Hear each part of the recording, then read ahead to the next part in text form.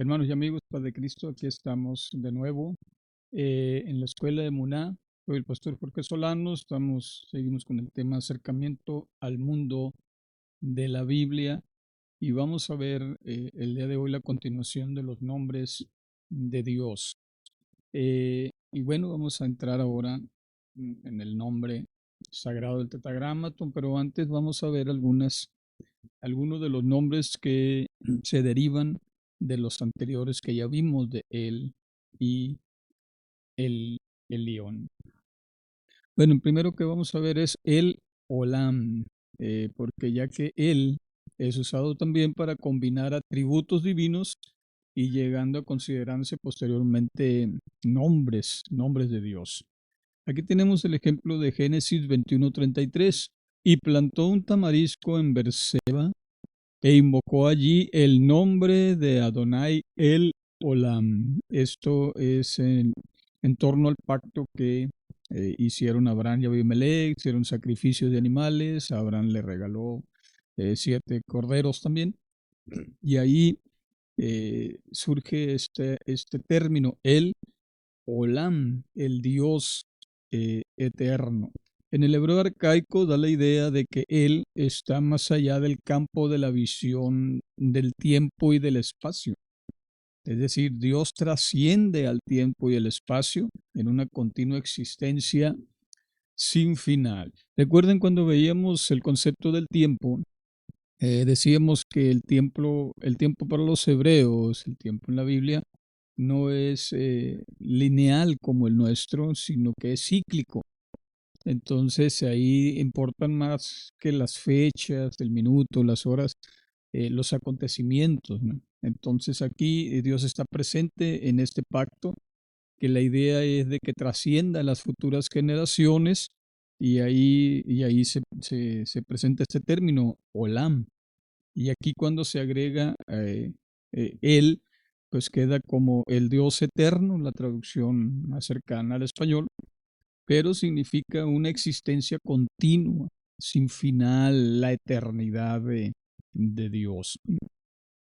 Eh, bueno, por otro lado tenemos el Roí, dice en la escritura en Génesis 16:13, y llamó el nombre de Adonai, quien hablaba con ella, Ata el Roí, porque dijo, ¿no he visto aquí yo también las espaldas de aquel que me ve?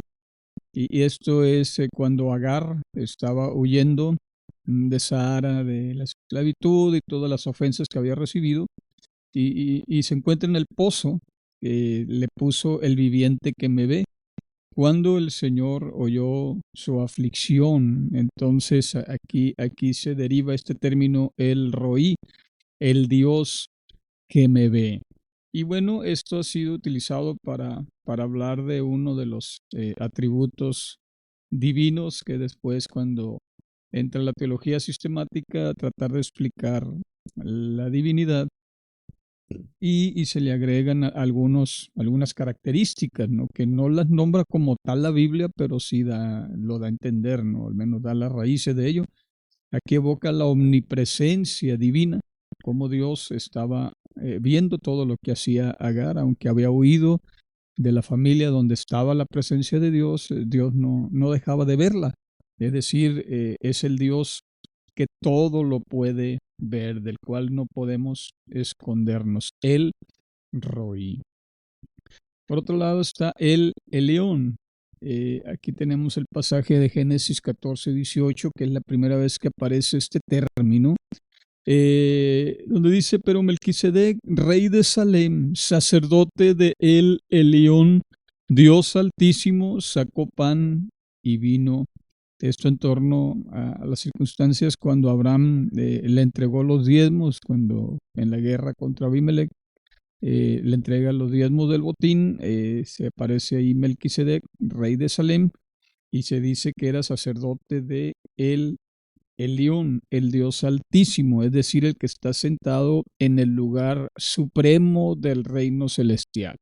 No altísimo en la cuestión de altura, sino en la posición espiritual donde está, en el lugar más alto, en el trono de Dios.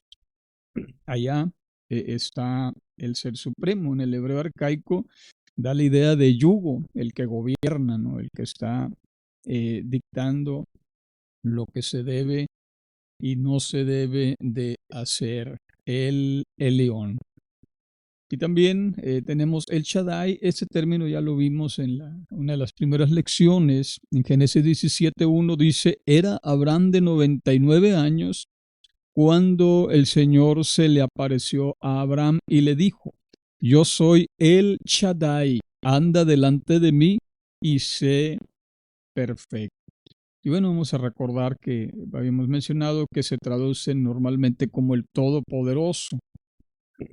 Era el omnipotente, lo traduce la Reina Valera cuando aparece en el Salmo 91, donde dice, el que habita al abrigo de El León morará bajo la sombra de El Shaddai. Y ahí lo traduce como el omnipotente, el todopoderoso, que es el dios de la montaña, ¿no? Es una palabra femenina que significa literalmente el que amamanta, ya que la letra Shin, ¿verdad? Que son los dos dientes, veíamos que también significa los pechos.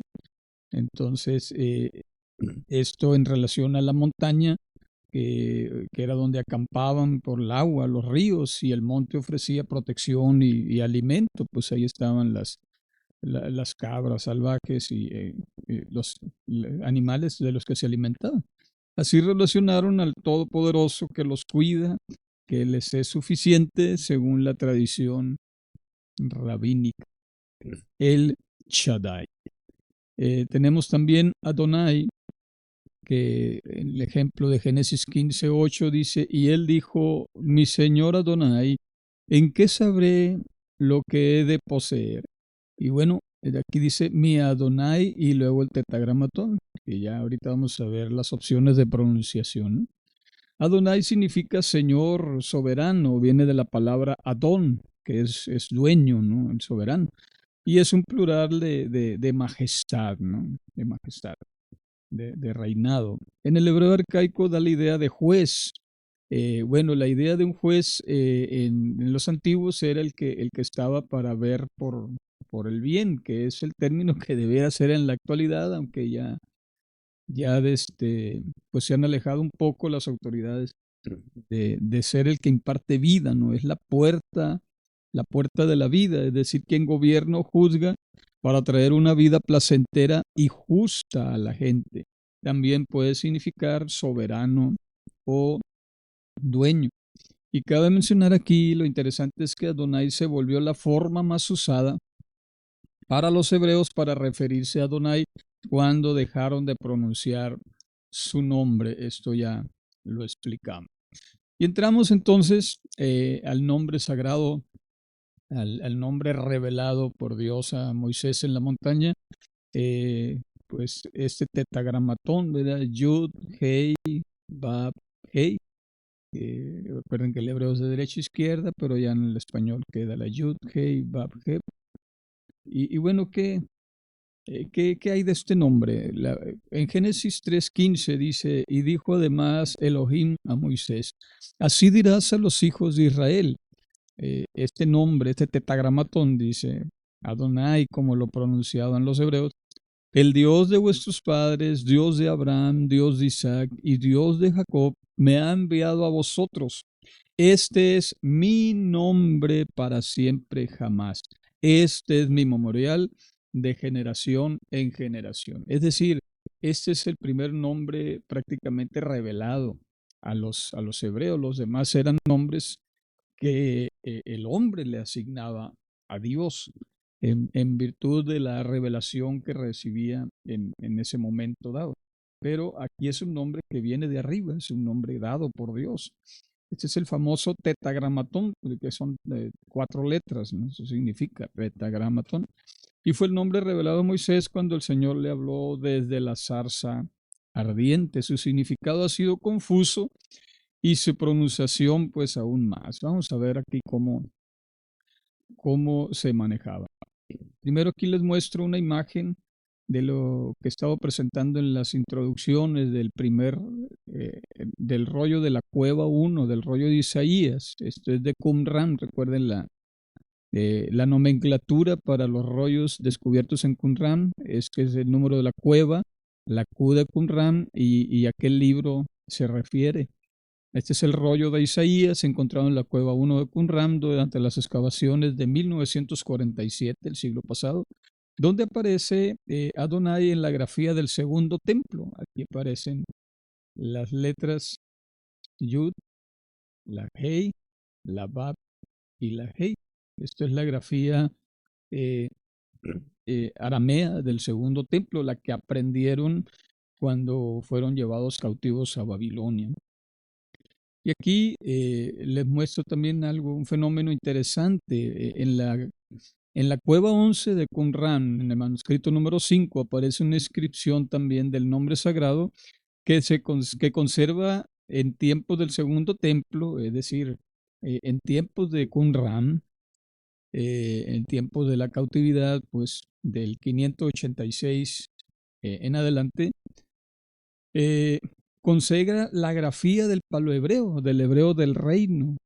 Entonces ya si puedes comparar la tablita que les mostré ahí de las equivalencias de las letras, bueno, está Yud en el hebreo, eh, eh, en el hebreo del reino, el palo hebreo se le llama técnicamente, esta es la Yud, esta es la Hei, parece un peine, esta letra medio extraña es la Bab, esta de aquí, y esta es otra vez la Hei.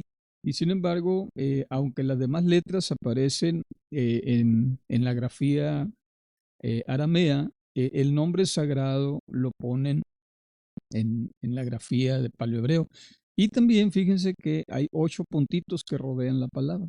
Ha habido mucha discusión acerca de ello y bueno, no coinciden todos, pero algunos dicen que era una manera de resaltar que esto no deberían de cambiarlo, esto deberían de dejarlo intacto, así, ¿verdad? Por ser el nombre sagrado y que no debería de mezclarse, no debería de escribirse en una grafía, por decir algo así, pagana, ¿no? Ajena a los hebreos, una grafía aramea.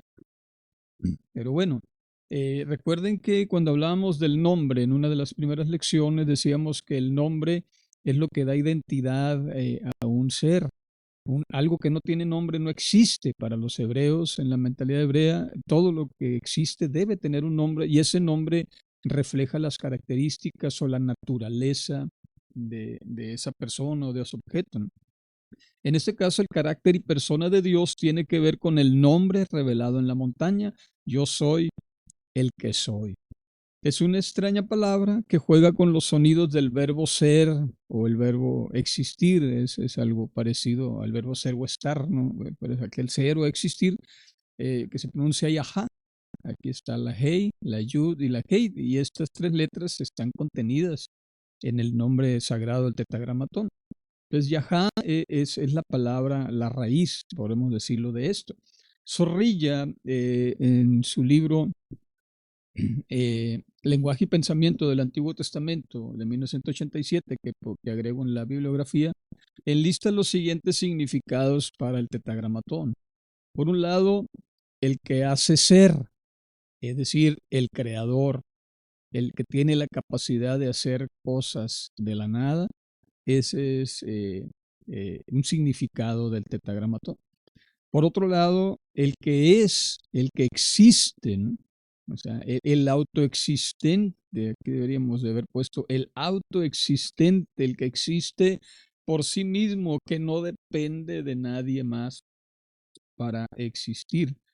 Por otro lado, el que es, el viviente, el que es una realidad presente y que también está en nuestro aquí y ahora, ¿no? No es un Dios que existió y dejó de existir, sino alguien que sigue estando en medio de nosotros.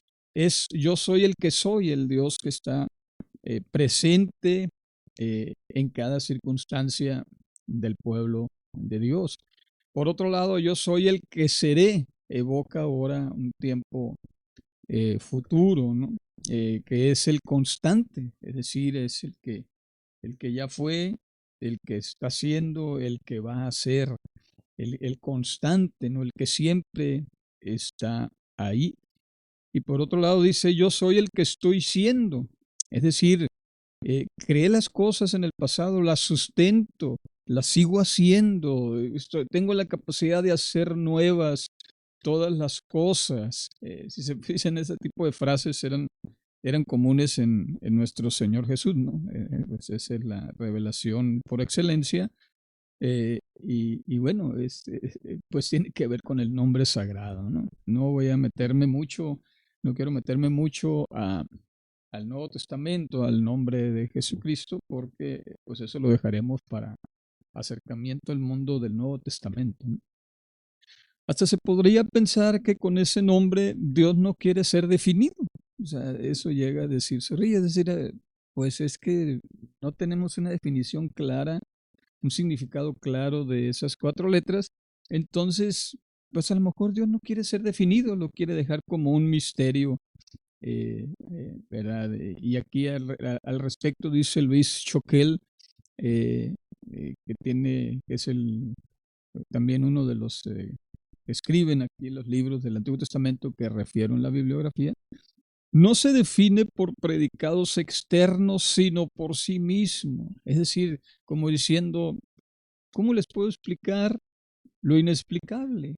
¿Cómo puedo encerrar en en un nombre, en una frase, a un ser tan inmenso, un ser indescriptible, ¿no? Entonces, en nuestra terminología más refinada, diríamos un ser absoluto, es alguien tan grande que no lo podemos encerrar en ningún nombre. Pudiera ser esa ser la idea del tetragramatón, ¿no? Entonces, su razón de ser consiste en estar presente en medio de su pueblo. Es decir, no es una idea abstracta de un Dios que inventamos, de un Dios que nosotros pensamos que así es, sino un Dios que se revela y que se encarna en en medio de su pueblo. Entonces, su existencia y su presencia establecen una relación histórica que se une, ¿verdad?, en el tiempo y el espacio para poder revelarse a su pueblo. Entonces Dios, en ese sentido, no es un Dios estático, sino un Dios dinámico, constante movimiento. No es un Dios que digamos aquí está y- o acá está ahora. No, es que está en todo lugar, ¿no? Es tan dinámico que puede aparecerse en cualquier momento de la historia, de nuestro tiempo y el espacio. Está siempre en movimiento, totalmente contrario a la idea de los ídolos que tenían su lugar en los lugares altos, que ahí estaba su altar, que ahí se les identificaba su región de dominio territorial, pero no, o sea, este Dios pues está aquí y está allá, ¿no? Como cuando en el diálogo de Jesús con la samaritana decía, pues nosotros se nos enseñaron que debemos de adorar a Dios en este monte y ustedes dicen que en Jerusalén. Y Jesús le dice, pues de cierto te digo, mujer, que ni en este monte ni en Jerusalén, sino en todo lugar donde se le adora en espíritu y es verdad. Ese es un Dios dinámico, ¿no? Es un Dios dinámico, no está en Jerusalén solamente, no está en el templo. Él está presente en todo lugar donde se le invoque. Es un Dios dinámico. Esa es también la idea del tetragramatón, ¿no? La New International Version, bueno, la nueva versión internacional, pero en su edición en inglés, dice que refleja el carácter, la fe y la dependencia en el Señor. O sea, va más allá y dice, no solamente es para describir a Dios, sino que también la fe de los que creen en Él y la dependencia del pueblo que ante la magnitud de la grandeza del Dios en el que ha creído, depende totalmente de Él, ¿no? Entonces se entiende en relación con la famosa frase, yo soy el mismo de ayer, de hoy y seguiré siendo por los siglos. Es un Dios eterno, un Dios presente, un Dios dinámico, un Dios que no puede encerrarse, acorralarse en ningún lugar, ¿no? Y bueno, mi interpretación muy personal de lo que he estudiado, de lo que he leído, de mi experiencia con Dios, me gusta definirlo así, como el yo soy el que estaré siempre con ustedes para salvarlos.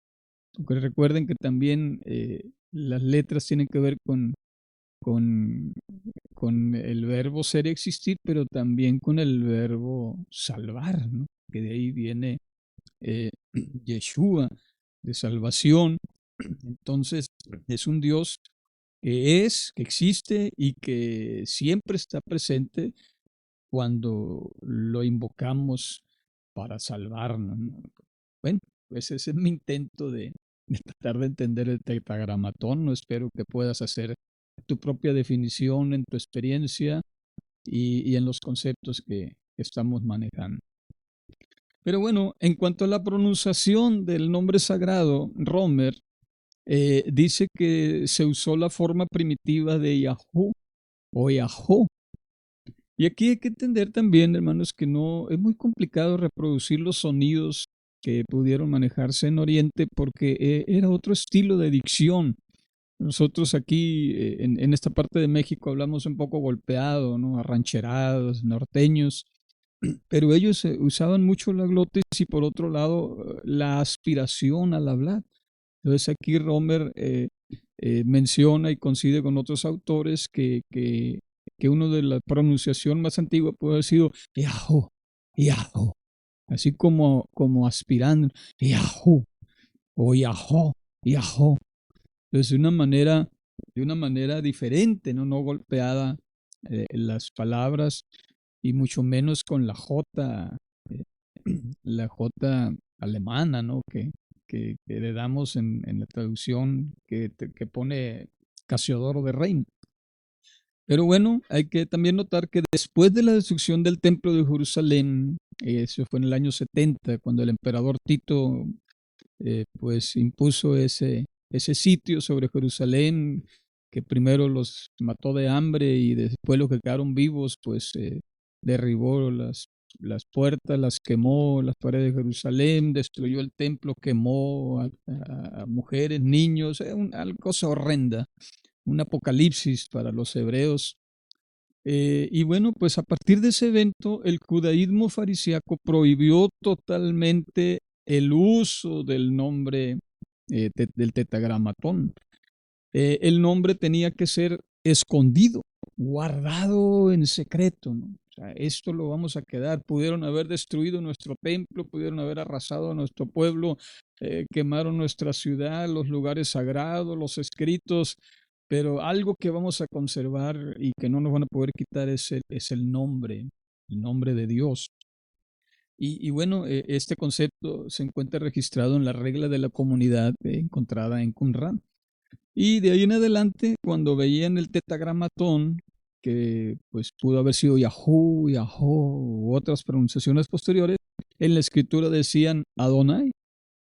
Y alguien puede decir, pues ahí no dice Adonai. Yo no te voy a decir, para mí es mi Señor, Adonai, pero no te voy a decir cómo se pronuncia porque es algo muy nuestro. Esto no lo pueden quitar. Fue como una manera de resistencia, ¿no? Y también otros escritores dicen para evitar uno de los mandamientos que dice no usarás el nombre del Señor en vano. Bueno, entonces posteriormente los judíos masoretas inventaron la famosa puntuación vocálica, el Nekudot, para que les recordara eh, el impronunciable tetragramatón Adonai. Bueno, pronunciar todos los escritos antiguos, pero también cuando llegaron al tetragramatón, ¿cómo iban a aplicar la puntuación? Bueno, aquí entran los detalles de las traducciones modernas. Una de las escuelas teológicas agregó las vocales de Adonai para pronunciarlo precisamente así, Adonai, el Señor. Aquí está la palabra Adonai, la Aleph, la Pataj. Y aquí tenemos la Dalet con la Olam, la Nun. Aquí tenemos otra A y la I. Entonces aquí es Adonai.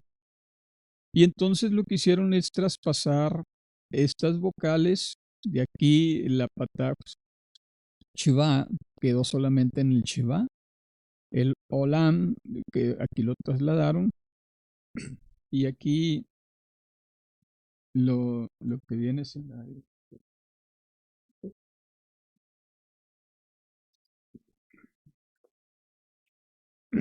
ay, perdón, lo que viene siendo la Kamatz, esta A, que es viene siendo una A larga, Adonai, la pasan así. Entonces, la pronunciación, si se lee con el Nekudot, que no era la idea, que la idea es que vieran estas vocales y dijeran, ah, no, estas son las vocales de Adonai, es el tetragramatón, vamos a pronunciar Adonai. Pues cuando lo tradujo alguien que no era de los masoretas, pues tradujo literalmente, ¿no? Aquí está la yud, ye, esta no se pronuncia, la bab, la o como madre de lectura, o, y luego la bab con una doble función de madre de lectura y como bab, y aquí entonces la kamatz, y dijeron ye, o, ba, Jehová. Y bueno, pero como recordemos lo que ya les había dicho también, que Casiodoro de Reina huye de España para terminar la traducción al castellano y se refugia en Alemania. La mayor parte de su vida de traductor la hizo en Alemania, después huyó a Inglaterra, regresó a Alemania y ya entrega su trabajo poco tiempo antes de morir y entrega la famosa, ¿verdad? Y brillante traducción de Casiodoro de Reina, que posteriormente la revisa Cipriano de Valera, y pues que pues viene siendo la fuente de nuestra famosa traducción Reina Valera en la edición 60, que es la más usada, ¿no? Aunque a mí me gusta más la Reina Valera 95. Y como anduvo un tiempo en Alemania, pues entonces la Yud se convirtió en la Jot, y de ahí la famosa traducción de la Reina Valera, Jehová. De ahí viene. Que podemos ver, pues es un error, pues sí, no, ¿no? O sea, aquí Casiodoro de Reina tradujo correctamente lo que vio ahí en los manuscritos de los que tuvo acceso, pero si hubiera sido un judío el que le hubiera traducido, perdón, hubiera dicho Adonai, ¿no? Adonai. Pero bueno, ahí quedó esa forma de traducción.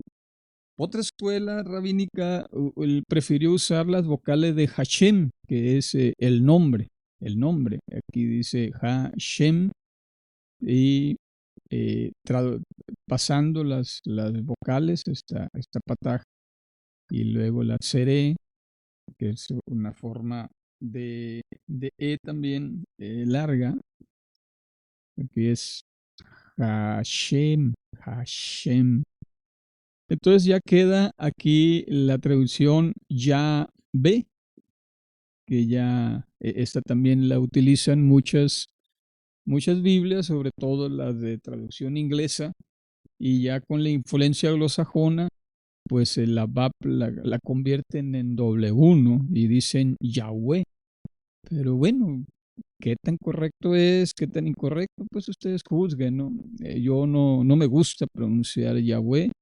Ya ahorita a estas alturas no me gusta ni pronunciar Jehová. Prefiero Yahvé, o bien decir como los hebreos, Adonai, cada vez que veo el nombre sagrado. Pero eh, quiero terminar mostrándoles una teoría bastante interesante. Quiero ver si podemos ponerla aquí. No sé si se alcance. No, voy a tratar de poner lo que viene siendo un video de una pronunciación del nombre de Dios, y que a mí me pareció bastante importante, interesante, porque tiene que ver precisamente con lo que es eh, cómo pudo haberse pronunciado en la antigüedad. Bueno, y por último, quiero mostrarles esto como parte de algún dilema que en algunos siglos representó un problema para los israelitas, y es el sacrificio de Isaac y su padre Abraham. En esta imagen me conmueve mucho la cara de Abraham cuando el dolor de estar haciendo la voluntad de la voz que escuchó, ¿no? Y bueno, dice en Génesis 22, 1 y 2, aconteció después de estas cosas que Elohim probó a Abraham y le dijo, Abraham, y él respondió, heme aquí. Y dijo, toma ahora a tu hijo a quien amas y ve a tierra de Moria y tú mismo sacrifícalo allí en holocausto sobre uno de los montes que yo te diré. Y sin embargo, dice más adelante, pero el ángel del Señor, Adonai, el tetragramatón, Yahvé, lo llamó desde los cielos y le dijo, Abraham, Abraham. Y él le dijo, heme aquí, no extiendas tu mano. Nótese que aquí fue Elohim el que probó a Abraham y fue Adonai el que lo salvó. Entonces la pregunta que se hacían era, ¿es el mismo Dios? Y es la pregunta que te dejo ahí, ¿verdad? No tenemos problemas como unicitarios para entender esto, pero veamos la magnitud de los problemas teológicos que pudieron tener los antiguos hebreos. Ánimo, Dios los bendiga, Dios les guarde. Amén.